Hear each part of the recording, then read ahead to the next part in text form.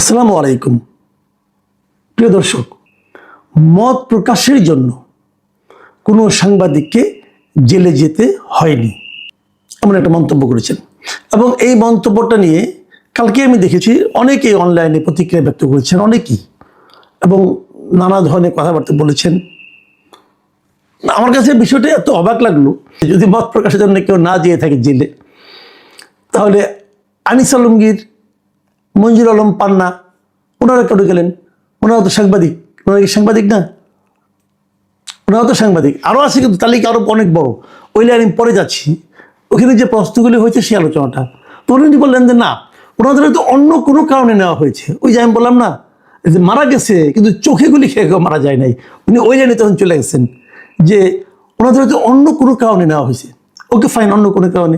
তো সে কারণটা কি সেটা বলা যাবে না। সে রাষ্ট্রের কাছে অনেক তথ্য আছে, সেগুলি রাষ্ট্র তো সব তথ্য প্রকাশ করে না, অন্য কোনো কারণ। তো কারণটা কি রে ভাই, বলেন না, কারণটা কি? উনি সেই কারণটা আবার বলবেন না। সব কারণ নাকি বলা যায় না। তাহলে বলেন গোপন কারণ কি কারণ? সেটা যে কারণ বলা যায় না, সেটাই হলো একটা সন্দেহজনক ব্যাপার। এবং ওইটা হলো কি, যখন আপনার কোনো প্রশ্ন থাকে না, প্রশ্নের যখন কোনো উত্তর থাকে না, তখন কিন্তু আপনি বলবেন না, এর উত্তর আমি দেব না। মানে আসলে বেসিক্যালি আপনার কাছে কোনো উত্তরই নাই। মানে এই প্রশ্নটা আপনার কমন পড়ে না। আপনি যে সমস্ত প্রশ্নের উত্তর দেবেন বলে ঠিক করে এসেছেন, তার মধ্যে এই প্রশ্নটা ছিল না। মানে আপনার প্রশ্ন কমন পড়ে নাই, এই জন্য আপনি এই সমস্ত তাইরে নাইরে করছেন। রিজওয়ান হাসান যে তথ্যগুলি দিয়েছেন, এগুলো একদম উনি যে কথাটা বলেছেন, উনি একেবারে ভিত্তিহীন আজগুবি একটা কথা বলেছেন। এ ধরনের কথা আমরা হাসিনা সরকারের আমলে ওনার যারা তথ্যমন্ত্রী ছিলেন বিভিন্ন সময়ে, তাদের মুখে প্রায় শুনতাম। এটা নতুন কিছু না আমাদের কাছে। এই হাসান মাহমুদ এগুলি বলতেন, তার আগে আপনার এই হাসান আল ইনু বলতেন, সব তথ্যমন্ত্রী এগুলি বলতেন যে না, সাংবাদিক, ওনারা বলতেন যে আমাদের আমলে সাংবাদিকের যত স্বাধীন ছিলেন, এত স্বাধীন আর কেউ ছিলেন না। রিজওয়ান হাসান একই কথা বললেন যে ওনারা অন্য কোনো কারণে গিয়েছেন, সরকারের সমালোচনা তো আরও অনেকেই করে, তাদেরকেও তো নেওয়া হয় না। মানে আরও অনেকে করে, তাদেরকে নেওয়া হয় না, এটাই প্রমাণ করে যে মঞ্জুর আলম পান্না এবং আনিস আলমগীর, তাদেরকে অন্য কারণে নেওয়া হয়েছে, মত প্রকাশের কারণে নেওয়া হয় নাই। ভাইরে, এদেশের মানুষ এত বোকা এখনো হয় নাই।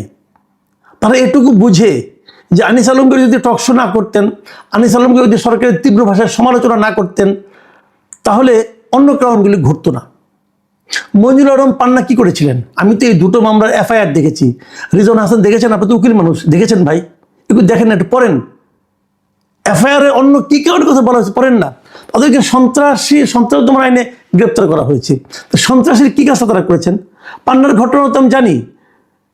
পান্না একটা অনুষ্ঠানে গিয়েছিলেন, সে অনুষ্ঠান মুক্তিযোদ্ধাদের একটা অনুষ্ঠান, সেখানে সংবিধান নিয়ে আলোচনা হবে এরকম একটা কথা ছিল।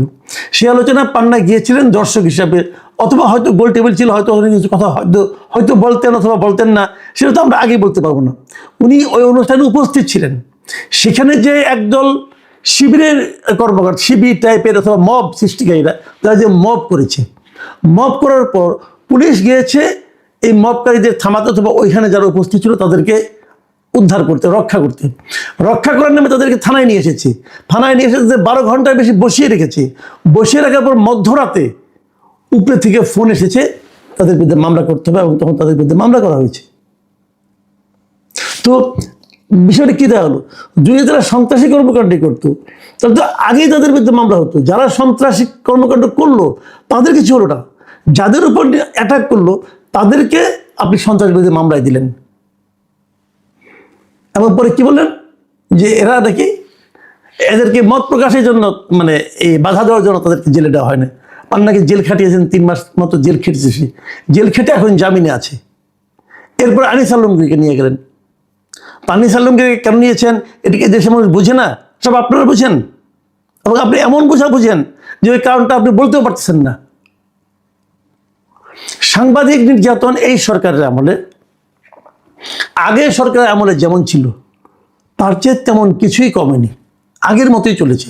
আপনাদের আচরণ আগের সরকারের মতোই ছিল, হয়তো একটু ঘুরিয়ে করেছেন। আগে যেমন আইসিটি মামলা তাকে ঢুকে দেওয়া হতো, এখন আপনার ওদিকে যান নাই, আপনারা একটু ঘুরিয়ে করেছেন। তার বিরুদ্ধে মামলা করেছেন, অন্য মামলা, দুদকের মামলা করতেছেন, তার বিরুদ্ধে সন্ত্রাস দমন আইনের মামলা করতেছেন, কিন্তু মুখে যখন বলছে না তাকে তো মত প্রকাশের জন্য নেওয়া হয়নি, তাকে তো ওই মামলায় নেওয়া হয়েছে। আসকের আইন ও সালিশ কেন্দ্রের একটা হিসাব আমরা পেয়েছি, গত বছরের 25শে ডিসেম্বরে ওনারা দিয়েছিলেন, এবং সেখানে বলা হয়েছে যে 2025 সালে 381 জন সাংবাদিক নির্যাতনের শিকার হয়েছেন। 381 জন। এটা কিন্তু আগের বছরগুলোর তুলনায় তেমন কিছু কম নয়।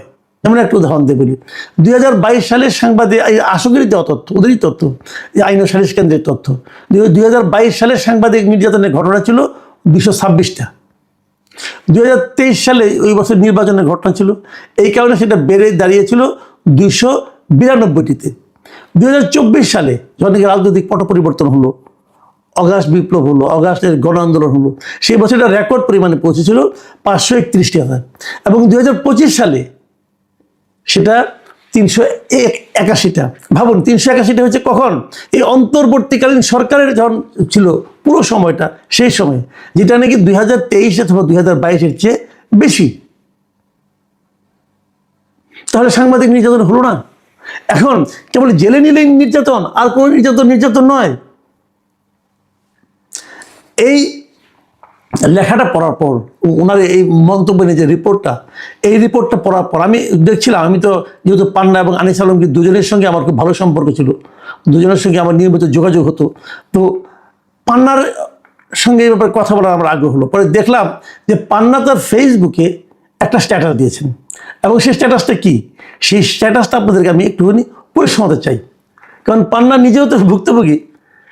পান্না লিখেছেন যে তথ্য উপদেষ্টা রিজওয়ানা হাসান বলেছেন, অন্তর্বর্তী সরকারের সময় মত প্রকাশের জন্য কোনো সাংবাদিককে জেলে যেতে হয়নি। সাংবাদিক আনিস আলমগীর ও মঞ্জুর আলম পান্নাকে মত প্রকাশের জন্য জেলে যেতে হয় নাই। রাষ্ট্রযন্ত্রের কাছে নিশ্চয়ই ভিন্ন কোনো তথ্য ছিল, সব তথ্য সবসময় প্রকাশ করা যায় না। এটুকু উনি বলেছেন। এই ব্যাপারে পান্না চ্যালেঞ্জ করে বলেছেন যে রিজওয়ানা হাসানকে চ্যালেঞ্জ করছি, কি সেই গোপন তথ্য আমাদের বিরুদ্ধে, সাহস থাকলে প্রকাশ করুন। মিথ্যা বলতে বলতে শেষ বেলাতেও মিথ্যার আশ্রয় নিয়ে চোরের মতো যেতে হচ্ছে আপনাদের বিরুদ্ধে কটি মামলা হয় শুধু তার অপেক্ষা করুন, সেগুলোতে নিশ্চয়ই কোনো মিথ্যার আশ্রয় থাকবে না। তো পান্নার যে চ্যালেঞ্জটা করেছে যে আপনি সম্ভব হলে আপনারা প্রকাশ করুন যে কি সেই গোপন তথ্য আমাদের বিরুদ্ধে ছিল। বলতে পারেনি রাষ্ট্র, এখনো সরকার এখনো সেরকম কোনো রকম তথ্যের কথা প্রকাশ করতে পারেনি। তাহলে কেন এত মিথ্যাচার? আমি তো বলবো সৈয়দ রিজওয়ানা হাসান মানে চেয়ারে বসে যেটা হয় আর কি, উনি চেয়ার থেকে নেমে গেলে উনি আবার দেখবেন যে পরবর্তী সরকারের বিরুদ্ধে বিপ্লবী সব কথাবার্তা বলবেন। চেয়ারে বসেছেন, হাসান মাহমুদ হয়ে গেছেন। হাসান মাহমুদকে জিজ্ঞাসা করেন, সে কিন্তু এখন বিপ্লবী আলাপ করবে যে এই সরকার আমাদের আমলে এত ভালো ছিল, এই সরকার আমলে এরকম খারাপ হচ্ছে। আবার যখন নতুন সরকার আসবে তখন রিজওয়ানা হাসান বাইরে থাকবেন, দেখবেন বড় বড় বিপিজে তার নাম, সে বলবে যে সাংবাদিক নির্যাতন হচ্ছে, কণ্ঠস্বর রুদ্ধ করা হচ্ছে, এগুলি বলবে। আবার যখন উনি ক্ষমতা থাকবেন তখন উনি ওই গল্প দিবে যে জেলে গিয়েছে, যদি বলেন জেলে যাবে বলবে কি হ্যাঁ জেলে গিয়েছে, তবে আপনার যশোর জেলে যায়নি, অথবা অন্য কোনো জেলে যায়নি, কাশিমপুরে গিয়েছে কিন্তু অন্য জায়গায় যায় নাই, এগুলি বলবেন।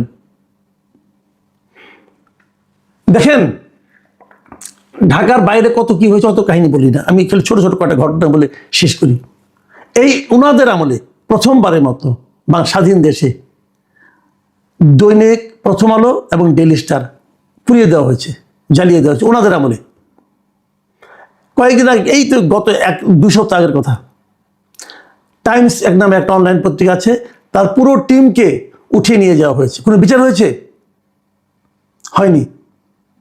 ওনাদের আমলে বিভিন্ন ইলেকট্রনিক মিডিয়ায় জোর করে সাংবাদিকদেরকে চাকরিচ্যুত করা হয়েছে। 3টা পত্রিকাতে একদিনে একটা রিপোর্ট, মানে একটা সংস্কৃতি মন্ত্রণালয়ের একটা রিপোর্টের ব্যাপারে প্রশ্ন করাতে খালি তাদের 3টা পত্রিকা 3 জন সাংবাদিককে প্রেশার দিয়ে চাকরিচ্যুত করা হয়েছে। ওনাদের আমলে বিভিন্ন পত্রিকার শীর্ষ পদগুলিতে মালিককে চাপ দিয়ে সম্পাদক পদে মানে একদম ঢালাওভাবে পাইকারি হারে পরিবর্তন করা হয়েছে, পত্রিকা দখল করা হয়েছে। দৈনিক জনকণ্ঠ ওনাদের আমলে জবরদখল করা হয়েছে, এই এনসিপির নেতারা যে জবরদখল করছে তারা এখন বিরাট সাংবাদিক হয়ে গেছে। এখনো জেলে আছেন শাহরিয়ার কবির, জেলে আছেন শওকত মাহমুদ, জেলে আছেন আনিস আলমগীর, এখনো জেলে আছেন। পান্ডা জেল খেটে এসেছেন ওনাদের আমলে। শওকত মাহমুদ সাংবাদিক না? রিজওয়ান হাসান শওকত মাহমুদকে সাংবাদিক মনে করেন না? জেলে আছেন এখনো। আর বিভিন্ন নানা রকম ছুতানাতায় তাদেরকে গ্রেপ্তার করা হয়। এখন অন্য অজুহাতে গ্রেপ্তার করলেই তাদের সাংবাদিকতার পেশা, সাংবাদিকতার যে চাকরি এবং সাংবাদিকতার যে বিষয়গুলো, সাংবাদিকদের কাজ কি? কথা বলা তো, লেখালেখি করা। এখন যখন সোশ্যাল মিডিয়ায় তারা কথা বলেন অথবা বিভিন্ন টেলিভিশনের টকশোতে কথা বলেন, এটা তো এক ধরনের সাংবাদিকতা। এই অপরাধে যে তাদেরকে গ্রেপ্তার করা হয়েছে এটা কে না জানে? আওয়ামী লীগ আমলে অনেক সাংবাদিক ছিলেন যাদেরকে আওয়ামীপন্থী সাংবাদিক বলা হতো। তারা আওয়ামী লীগ সরকারের পারপাস হয়তো সার্ভ করতেন অথবা আওয়ামী লীগ সরকারের সঙ্গে সুসম্পর্ক ছিল, আমি অস্বীকার করব না, তাদেরকে আমরাও সমালোচনা করতাম। কিন্তু ওই লোকগুলিকে আপনারা গ্রেপ্তার করেছেন কি কারণে? গ্রেপ্তার করেছেন হত্যার প্ররোচনাকারী হিসাবে। কোথায় কে হত্যা হয়েছে? জুলাই আন্দোলনে হত্যা হয়েছে, মানলাম। সে হত্যার প্ররোচনা দিয়েছে সাংবাদিকের প্ররোচনায় বন্দুকধারী গুলি ছুড়ছে। কেউ বিশ্বাস করবে? এগুলো আপনারা করেছেন। তারা অপরাধ করে থাকলে তাদের বিচার করেন, যে অপরাধ করেছে সেই অপরাধের বিচার করেন। কিন্তু এই ধরনের ঢালাওভাবে হত্যা মামলা তাদেরকে আসামি করে তাদেরকে জামিন দিচ্ছেন না, দিনের পর দিন জেলখানায় আটকে রেখেছেন। এটা কি সাংবাদিক নির্যাতন নয়? এটা কি এক সাংবাদিককে আটকে আরেক সাংবাদিককে ভয় দেখানো নয়? আমি সৈয়দ রিজওয়ান হাসানকে বলতে চাই, ভাই আসেন আর কয়েকদিন, এখন এই সমস্ত উল্টাপাল্টা কথা কেন বলেন? আপনি তো থাকবেনই দেশে, তাই না? দেখবেন আপনার প্রত্যেকটা কথার বিচার হবে ইনশাল্লাহ। এগুলো নিয়ে মানুষের মুখোমুখি হবেন না আপনি? আর যদি ভাবেন যে না অনেক কামানো হয়ে গেছে, দেশের বাইরে চলে যাব, তো সেটাও হতে পারে।